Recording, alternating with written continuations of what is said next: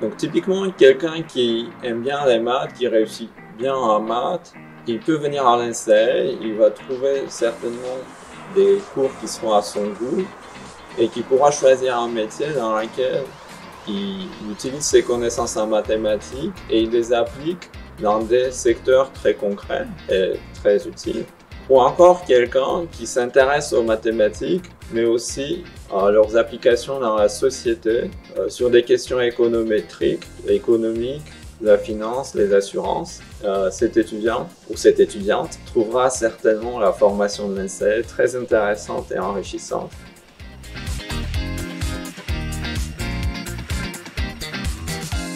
Je suis Arnaque Dalavian, professeur à l'INSEE, le responsable de la spécialisation Data Science, Statistique et Apprentissage en 3e année de l'INSEE.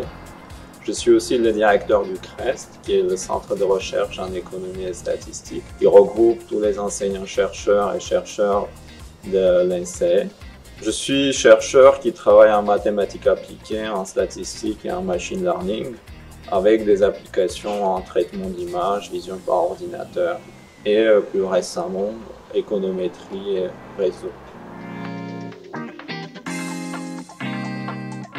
L'approche de l'INSEE est assez spécifique et très concrète parce qu'on voit la data science surtout comme une branche des mathématiques appliquées dont le but est d'étudier les méthodes et les modèles qui nous permettent de mieux comprendre l'information qui est cachée dans les données et de trouver la meilleure façon d'extraire cette information, de l'interpréter et de prendre des décisions qui se basent sur l'information qui est cachée dans les données. Donc, les méthodes qu'on utilise sont vraiment des méthodes de mathématiques appliquées, couplées avec l'implémentation informatique. On utilise ou on travaille sur plusieurs applications. Souvent, c'est des applications qui viennent de la finance, de l'actuariat, de l'assurance, de l'économie. Mais ça peut être aussi des applications qui sont plus orientées réseaux sociaux, traitement d'images, traitement de son, etc.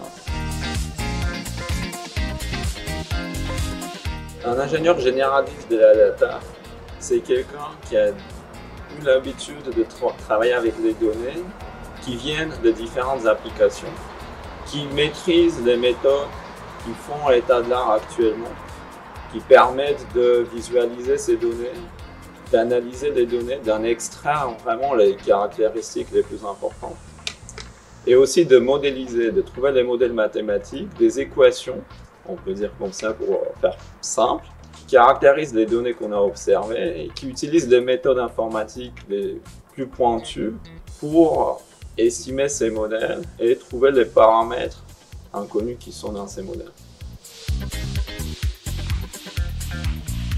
Il y a des débouchés multiples à l'issue de l'INSEE. Il y a des GAFA, donc Google, Amazon, Facebook, Apple, qui embauchent des data scientists parce qu'ils travaillent avec des données vraiment très massives. Il faut savoir traiter ces données. Il y a les startups technologiques dans lesquelles on met en place des méthodes très innovatrices pour analyser les données, pour les visualiser, etc. Et puis il y a bien entendu des entreprises comme Thales, EDF, Air Liquide qui recrutent aussi les data scientists, par exemple, pour décrire la consommation d'électricité ou traiter d'autres sujets de ce type-là. Et bien sûr, on prépare aussi des futurs chercheurs pour notre centre de recherche, le CREST, ou encore pour d'autres centres de recherche comme l'INRIA ou le CNRS.